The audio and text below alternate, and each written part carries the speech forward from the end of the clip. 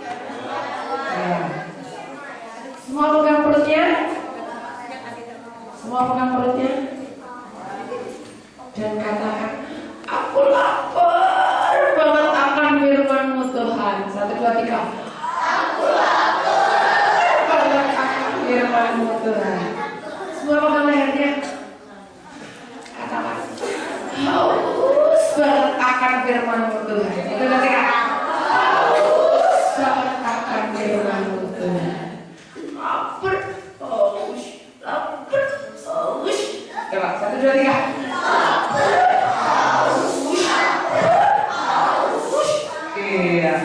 Iya, kita lapar akan firman Tuhan, haus akan firman Tuhan. Oke, hari ini kakak akan bercerita tentang kemenangan, lebih dari kemenangan. Nah, boleh dibuka powerpointnya.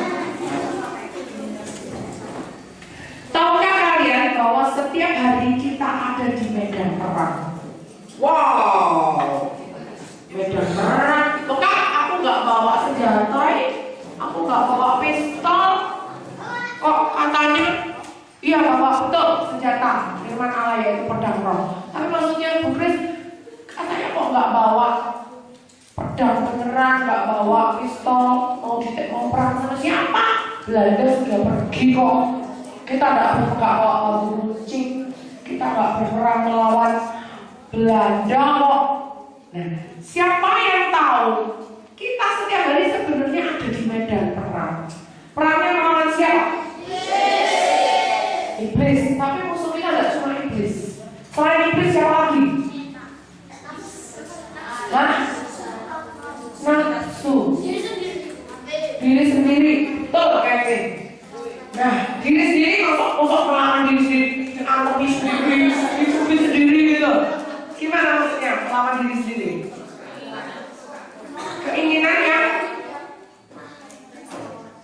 Keinginan ingin rajin belajar dilawan? Oh enggak, keinginannya gimana? Melawan hawa nafsu betul sekali. Nah, inilah musuh-musuh kita, ya. Inilah musuh-musuh kita, yaitu iblis. Jelas, iblis ya. Iblis itu jelas musuh kita. Iblis ini musuh kita ya. Wow. Kemarin Grace agak kesan sekali karena waktu di bis ada yang bilang gini, iblis itu enggak cocok zaman sekarang. Iblis ngetok-ngetokin, nakut-nakutin itu iblis bodoh. Zaman sekarang iblis itu enggak seperti itu cara kerjanya. Iblis itu mojok-mojok kita supaya kita bertengkar, supaya kita malas, enggak bikin PR itu ya. Betul ya. Iblis ego, katakan sama-sama 1, 2, 3. Ego ini apa? Hal-hal yang dalam diri kita sendiri yang gak bagus. Mementingkan diri sendiri, serakah, malas, sifat-sifat yang gak baik.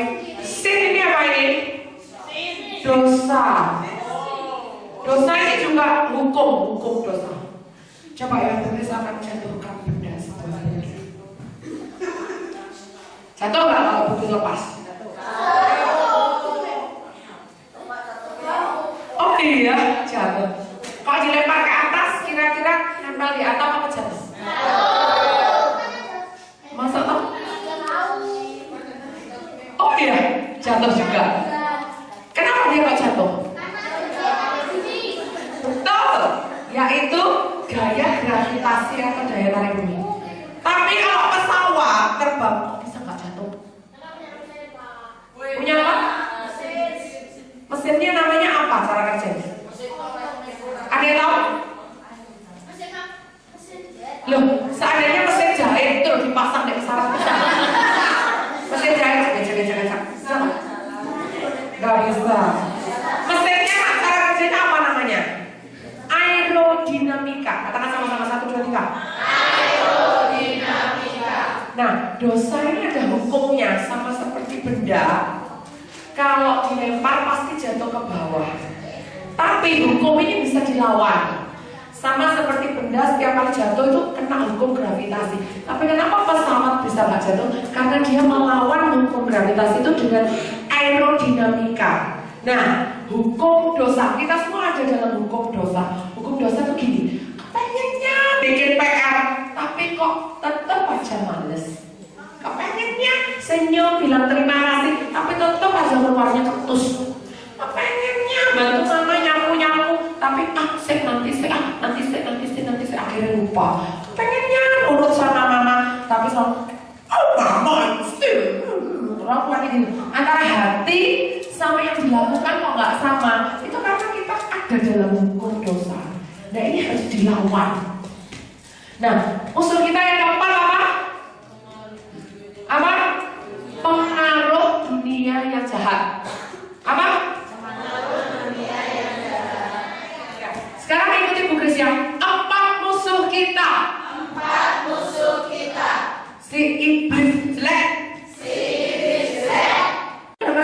Padahal dia sendiri loh yang memang mas. Dia sendiri yang memangnya bohong. Dia sendiri yang memangnya mementingkan dia sendiri. Dia sendiri yang nggak tak goda aja. Dia sendiri yang sudah bohong kok. Aku kan nggak perlu kerja keras enggak ya mbak? Rapat iblis ya. Nah ini pengaruh dunia. Iblis juga memakai dunia untuk mempengaruhi kita supaya kita jatuh dalam dosa. Itu juga kerjaannya iblis. Next. Nah, Tuhan ingin kita lebih dari pemenang. Winner! Hebat! Ya. Loh, kalau lebih dari pemenang loh Kak Grace, menang melawan dosa, menang melawan ego, menang melawan iblis. Hadiahnya apa? Kalau aku ikut lomba nyanyi kan hadiahnya piala. Tapi kalau aku menang melawan 5 musuh tadi tuh hadiahnya apa? Hadiahnya adalah mahkota kehidupan di surga nanti. Yeah. Next.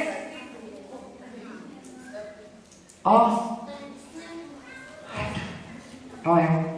Jajaran musuh kita yaitu iblis, egoisme, hukum dasar, pengaruh dunia yang jahat. Nah, hari ini kita akan mendengar cerita tentang seorang pahlawan atau seorang Nabiah bernama Deborah yang dipakai Tuhan menang. Tapi kalau zaman dulu benar-benar berperangnya melawan musuh. Tapi kalau zaman sekarang musuh kita bukan Belanda, bukan orang Filistin, bukan. Musuh kita itu tadi yang kakak ceritakan di depan tadi. Nah, kita akan bermain kartu. Siapa yang mau ikut permainan? Oke, kakak-kakak akan bagikan kartu buat kalian semua. Jauh. Kepengen ruangan ini yang tengahnya kosong karena nanti kakak akan lari-lari, lompat-lompat dan sebagainya. Untuk itu kakak minta kalian berjajar 2 membentuk letter U. Semua ya. Bu Grace akan bercerita.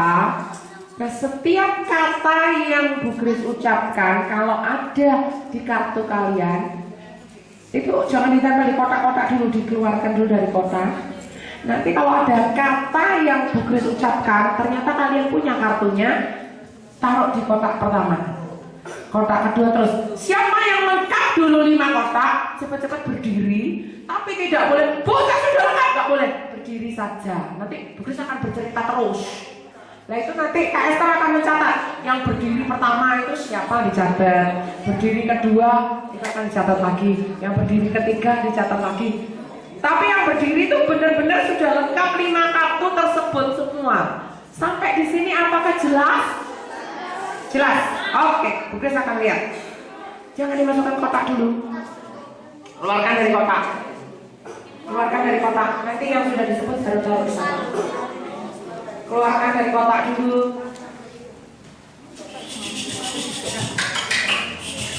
Oke, ya. Dah. Sip. Siap dengar cerita? Bangsa Israel itu adalah bangsa yang benar-benar nemen ya. Tuhan itu padahal udah berpesan lewat Yosua.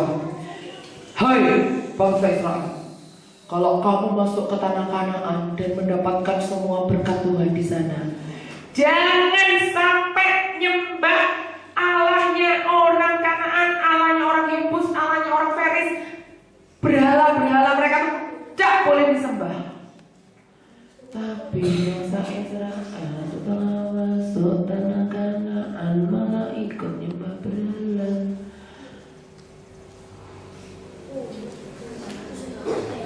Anaknya pun dipersembahkan, dibunuh di depan patung-patung itu.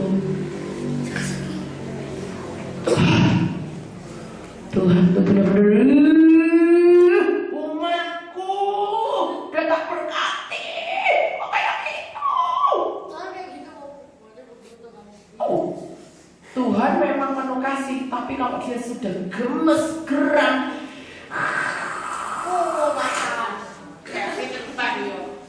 lalu Tuhan itu mengirim seorang hakim namanya Ehud. Ehud ini disuruh jadi hakim di Israel, memerintah bangsa Israel.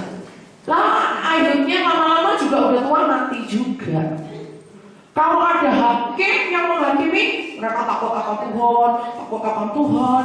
Tapi kalau ada hakim, ada mesti meninggalkan aku lagi. Tak kirim musuh namanya Yabin. Tak kirim musuh bernama Yabin Raja Kanaan. Kalau di tangan Yabin bangsa Israel ditindas, biar mereka berteriak kepadaku, biar mereka tahu bahwa di Israel itu sebenarnya ada Allah yang lebih hebat daripada Allah-Allah orang kanan, orang dia bersuara yang tidak bisa menolong mereka. Yabin orang Kanaan ini diizinkan Tuhan menindas orang Israel. Sisera, kamu memang panglima tentara yang sangat hebat. Apa modal? Siap. Saya memiliki 900 kereta besi. Bagus, bagus. Tenang, yang namanya Sisera ini dia punya kereta besi yang tegak 20 tahun. Udah nih. Bukan waktu yang sebentar. Di sini aja kalian belum ada yang umur 20. Berarti dari kalian sampai sekarang masih ditindas terus. Kalau seandainya kalian hidup di zaman itu. Nah, orang Israel ditindas sama 20 tahun, dia berseru-seru kepada Tuhan orang Israel. Kami tahu kami udah salah karena menyembah berhala.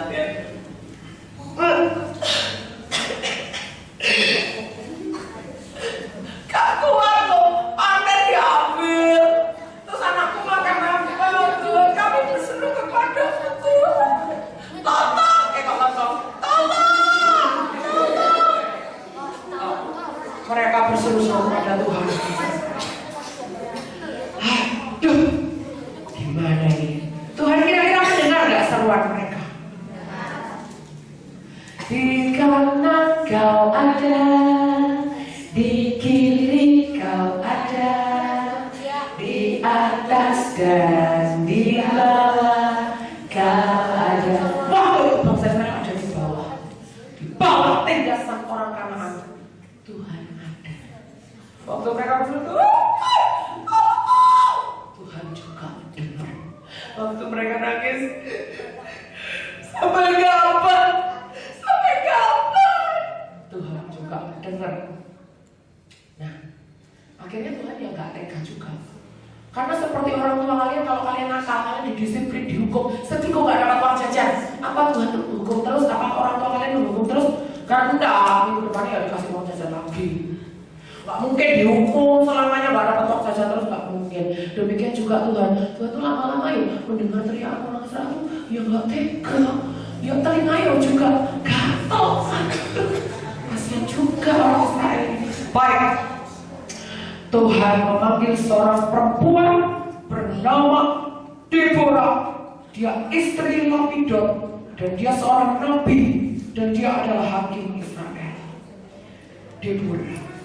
Wah, Deborah ini dia sukanya duduk di bawah pohon korma. Pohon kormanya pun sampai dinamai pohon korma Deborah. Duduk. Karena dia suka menyanyi, ya, dia menyanyi nyembah Tuhan.